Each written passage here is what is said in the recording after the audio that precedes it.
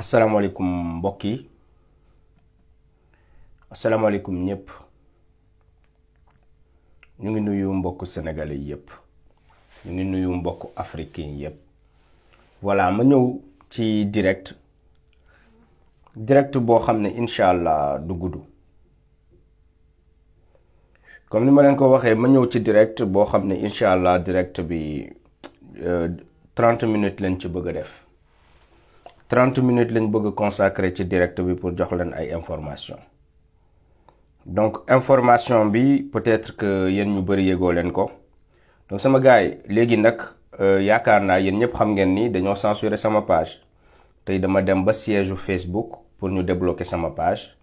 ñu bañ ñoo recevoir parce que Macky Sall dafa bloqué lu sama page yëpp donc vidéo yi boo leen ko partagé wul bu leen yaakaar benn sénégalais dégg message bi. donc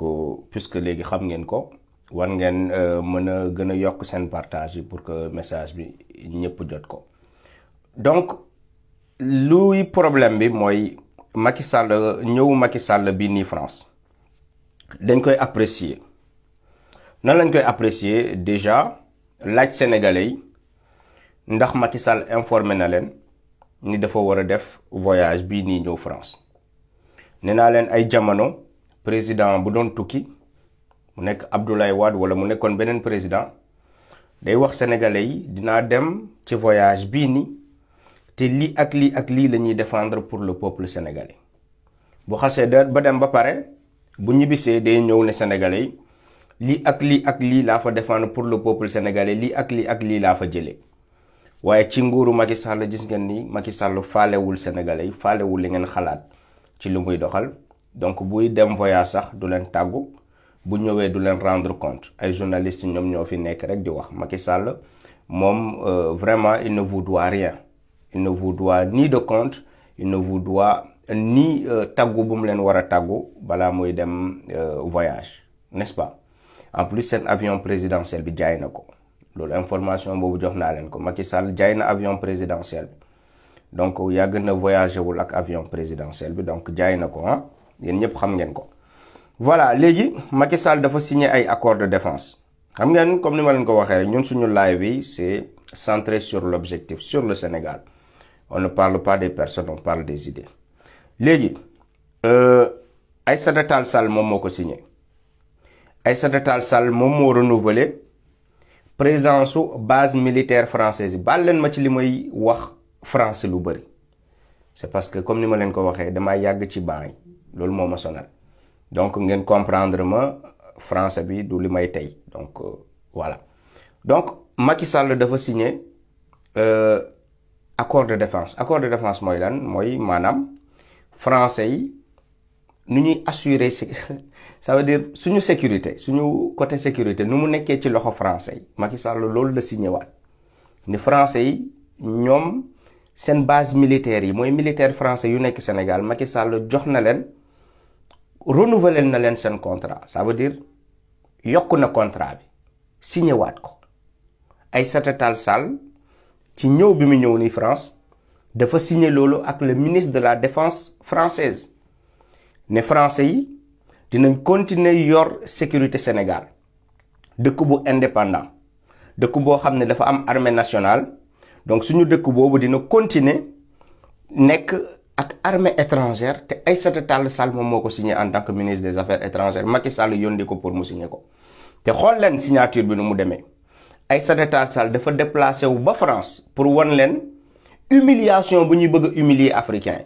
dafa déplacé wu ba France ñëw fii France signé ko fii français yi demuñu Sénégal de ça veut dire ñun sénégalais yi ñun ñoo ñëw jël buumu jaam bi mais ba wala que ñu dog ko joxaat ko France ne ko France yeewaat ñu nekkaat ay jaam Aïssata Tall Sall moo ñëw ba France fii nii signé ko donc affaire baa ngi nii pour yéen ñi ko gisul information baa ngi nii ma won leen ko léegi publier naa ko sama page bu tudd Kayz Fof page YouTube bi dinaa leen ko dugalal léegi yéen waa Kayz Fof TV live bi dinaa leen ko dugalal léegi donc Aïssata Tall Sall lii la signé partagé waat leen vidéo bi sama gars yi nee naa leen suñu page dañ ko censuré boo leen ci seetaanee Macky Sall ba mu am doole suñu kaw ci réseaux sociaux yi bah on est responsable nous tous ñun ñu ngi def lu ñu mën. Donc nee nañu signature à Paris ce soir par la ministre française des Affaires Florence Parly et la ministre sénégalaise des Affaires étrangères et des Sénégalais de l'extérieur Aïssata Tall Sall de l'accord de coopération en vue du prochain forum de Dakar sur la défense et la sécurité. Donc ñoom dañoo bañ a jaar directement accord baa ngi nii bi mu signé gis ngeen Aïssata Tall Sall mu ngi nii signé ko ak Florence Parly mooy ministre de la défense française. Donc voilà accord de défense lii mooy base militaire yi. Donc Macky Sall signé na ni base militaire française yi dañ koy maintenir Sénégal comme buñ ko falee nu mu dawee France dem renouveler base militaire yi Abdoulaye Wade bu mu leen demandé pour ñu jóge Sénégal. Donc signé waat na reconduiraat na les bases militaires françaises au Sénégal pour ñu protéger waat ko parce que li ngeen war a xam mooy base militaire yi protéger wu ñu Sénégalais mais Macky Sall la ñuy protéger saa yu ñu bëggee jóg contre Macky Sall base militaire yi ñu ngi fii pour ñu assurer ko moom sa sécurité. Parce que français yi du ñoom ñooy assurer la sécurité du peuple sénégalais armée sénégalaise moom mooy assurer la protection du peuple sénégalais moom mooy assurer la sécurité du peuple sénégalais. Armée française dañ fi nekk pour protéger les dictateurs ak pour protéger seen ay multinationales yoo xamante ni ñoom ñoo nekk di sàcc suñu réew. Donc seen milliardaires yooyu entreprise seen milliardaires yooyu ak président buy trahir askanam base militaire française yi protection ñooñu la ñuy assurer ci réew mi. Donc loolu j'espère que leer na waaye léegi balaa Macky Sall di signer accord boobu normalement il devrait avoir loo xam ne assemblée nationale décidé nañ ko. Assemblée nationale ñu def fa débat ñu ne ok Sénégalais yi d'accord nañu assemblée nationale voté nañu ni Macky Sall dafa war a renouveler accord de défense yi avec la France. Mais ban moment lañ ko posé comme débat ci assemblée nationale moment boobu lay laajte ana ban député moo ko signé. Donc Macky Sall mën na jóg moom kese mu trahir tout un peuple sénégalais bi di ko tàccu ne Macky Sall dem na France ñëw na indil nañu xewal. Donc Macky Sall mën na jóg moom jël décision au nom de tout le peuple sénégalais sans consulter ay ministres sans consulter ay députés sans consulter le peuple mu dem signer ne lii mooy volonté Sénégal Aïssata Tall Sall demal signer ko ne ñun loolu la ñu d'accord ñun loolu la ñu décider ana fu ñu ko décider. Donc bu ñuy wax démocratie noonu lay doxee dafa am ay instances yoo xamante ni ñoom ñoo représenter le peuple instances yooyu nga war a jaarale décision yi pour que le peuple se sente concerné ci décision yoo xam ne moom ngay jël à son nom. Donc Macky Sall n'agit pas en tant que démocrate Macky Sall agit en tant que dictateur boo xam ne lu ko neex moom lay dem signer mu ñëw te coow di jëb dara du ci génn parce que yéen peuple bi est-ce que da ngeen bëgg base militaire française bi nekkaat fi. Est-ce que yéen seen bëgg-bëgg mooy base militaire bi nekkaat fii ay français nekkaat di ne dañuy assurer suñu suñu sécurité te suñu militaires yi nekk fi suñu jàmbaar yi nekk fi nekk di ñàkk seen bakkan ci xeex yoo xamante ni pour assurer la sécurité du peuple la. Donc nga bàyyi fi jàmbaar yooyu dem yow woo ñeneen ñi nga xamante ni ay français lañu ay anciens colons nga ne leen yéen assurer leen sama sécurité. Donc loolu insulte la sax pour armée sénégalaise. Comme sur la question de la monnaie franc CFA Macky Sall décliné na la position du Sénégal alors que benn yoon ñun assemblée nationale voté wuñu concernant la monnaie. Ana ban moment la ñu posé débat boobu à l'assemblée nationale ba assemblée nationale prononcé wu ndax ñoom dañoo d'accord Sénégal dugg ci éco bu bees boo xam ne Macron ak Ouattara ñoom ñoo ko créé. Ana ban moment lañ jox occasion peuple bi pour mu prononcer wu chaque fois amul. Donc sur toutes ces questions yoo xamante ni ça a un lien avec la colonisation Macky Sall du ci consulter peuple bi lu ko neex la ciy def comme ni ma leen ko waxee léegi ci base militaire yi comme ni ma leen ko waxee léegi ci monnaie franc CFA bi loolu ay décision la yoo xam ne moom moo koy jëlal boppam de façon mais unilatérale amul kenn ku ci am droit de regard man Macky Sall maa koy signé yéen peuple bi ngeen subir conséquences yi ngeen accepté ko. Donc loolu mooy démocratie yéen ñiy défendre démocratie Sénégal yéen ñii ne ñun dañoo bëgg a yàq Sénégal parce que Sénégal démocratie moo fa am Sénégal jàmm moo fa am Sénégal nu muy doxee loolu mooy charte réew noonu lay doxee démocratie noonu lay doxee ñun bitim réew lañ nekk gis nañ démocratie nu muy doxee Sénat day am question yoo xamante ni Sénat da koy traité mu am question yoo xamante ni Assemblée nationale moo koy traité balaa président de la République di jël yenn décision au nom du peuple day convaincre d'abord instance yoo xamante ni ñoom ñooy représenter le peuple mais Sénégal dara du doxee noonu donc yéen ñi nekk Sénégal Macky Sall mun na leen nax ci démocratie waaye ñun ñi nekk bitim réew mënuñu nax ci lan mooy démocratie. ok léegi dernière question parce que j'ai dit que direct bi dama bëggoon mu gàtt. fépp dañuy ne KS foofu fenkat la KS foofu fenkat la te KS foofu lu mu leen wax matin ba soir lépp dëgg lay doon léegi dama leen bëggoon laaj benn affaire première dame yi yëpp président yi première dame yi dañoo àndaale ak seen jabar président yu ñëw ci rencontre yooyu dañoo ànd ak seen ay jabar n'est-ce pas mu am yeneen photo yoo xamante ni gis nañ ci jabaru président yëpp yu fa ñëwoon ñu nekk ak Brigitte Macron mun nga nax sénégalais yi ne sa jabaru wér na waaye ci rencontre yoo xamante ni dof gi day feeñ doo fa yóbbaale sa jabar parce que yow Macky Sall xam nga man xam naa ni sa jabar bi wérul ba léegi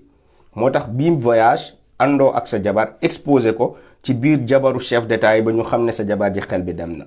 donc mun nga nax sénégalais yi waaye munoo ma nax man KS foofu donc man bu may wax ak sénégalais yu nangu xalaat laay waxal sénégalais yu bëgg a utiliser seen xel laay waxal waxuma ak sénégalais ñoo xamante ni ils sont incapables de réfléchir parce que seen cerveau am nañu ko moom ba bare ñii yëpp dañoo àndaale ak seen chef d'état parce que ci protocole bi il y avait des choses yoo xamante ni c'était destiné ci programme bi aux femmes des chefs d'état dafa am programme pour góor yi mu amoon programme pour jigéen yi Macky Sall balaa muy déplacé wu ñëw France xamoon na ni y avait un programme boo xamante ni entre jabaru Macron la ak jabaru dictateur yu fi ñëw indaalewul jabarom pour quelle raison parce que jabarom ba léegi wérul donc yàgg leen ne ci internet bi KS foofu lu muy wax du dëgg mais li ma leen wax lu ne toog leen ngeen jël recul ngeen observer la situation ba léegi jabaru Macky Sall xel bi ñëwul donc mun nga ko génnee télé def ay montage invité nit facilement ñu monter ay vidéo nga ne wér na waaye ñoo bàyyi ko ci biir ñoo xamante ni dinañu remarquer ni dafa dof risque boobu doo ko jël moo tax nga jël sa jabar ji bàyyi ko Sénégal naxal sénégalais yi munoo nax KS foofu sénégalais yi observer leen les faits xool leen photo yaa ngi circuler ci internet bi photo yoo xamante ni Brigitte Macron mu ngi ak jabaru président yépp presque xool leen photo yi rek bii ci benn photo la photo yi bari nañ lool ci internet bi gis ngeen jabaru Alassane Ouattara mu ngi nii jabaru Paul Kagame mu ngi nii kii jabaru Tshisekedi la kii xawma jabaru kan la jabaru Macron mu ngi nii am na yeneen photo yoo xam ne yeneen jabaru chef d'état yi ñu ngi fa tamit mais te xam nañu Macky Sall ak Macron comme bu rak sow donc jabaru Tshisekedi bu fa nekkee jabaru Paul Kagame bu fa nekkee ñoom ñii yëpp kenn ci ñoom amul proximité ak Macron Macky Sall proximité bu mu am ak Macron parce que Macky Sall lañ gis mu dugg ci même oto ak Macron ci Saint-Louis ñuy génnee seen loxo ci même oto ñaari président bokk même oto ñuy génnee seen loxo di saluer le peuple sénégalais loolu amul image boobu ci benn dëkk buñ ko gisee en Afrique benn président am proximité boobu ak Macron donc bu fekkee am na ay jabar yu war a ñëw première jabar bu war a nekkoon présente à cette cérémonie bu fekkee wéroon na mooy jabaru Macky Sall donc c'était la grande absente de cette rencontre là pourquoi parce que xel bi ba léegi mooy loolu day tipsé donc sénégalais yi Macky Sall pour yàq sama crédibilité moo taxoon mu génnee photo jabaram pour nax leen yéen ñu ci bëri ngeen gëm ko ci ngeen yaakaar ne information ñu leen di jox ay fen la mais toog leen ngeen observer nañ dem rek à part génn boobu mu génn ba léegi gisoo leen ko fenn mu génn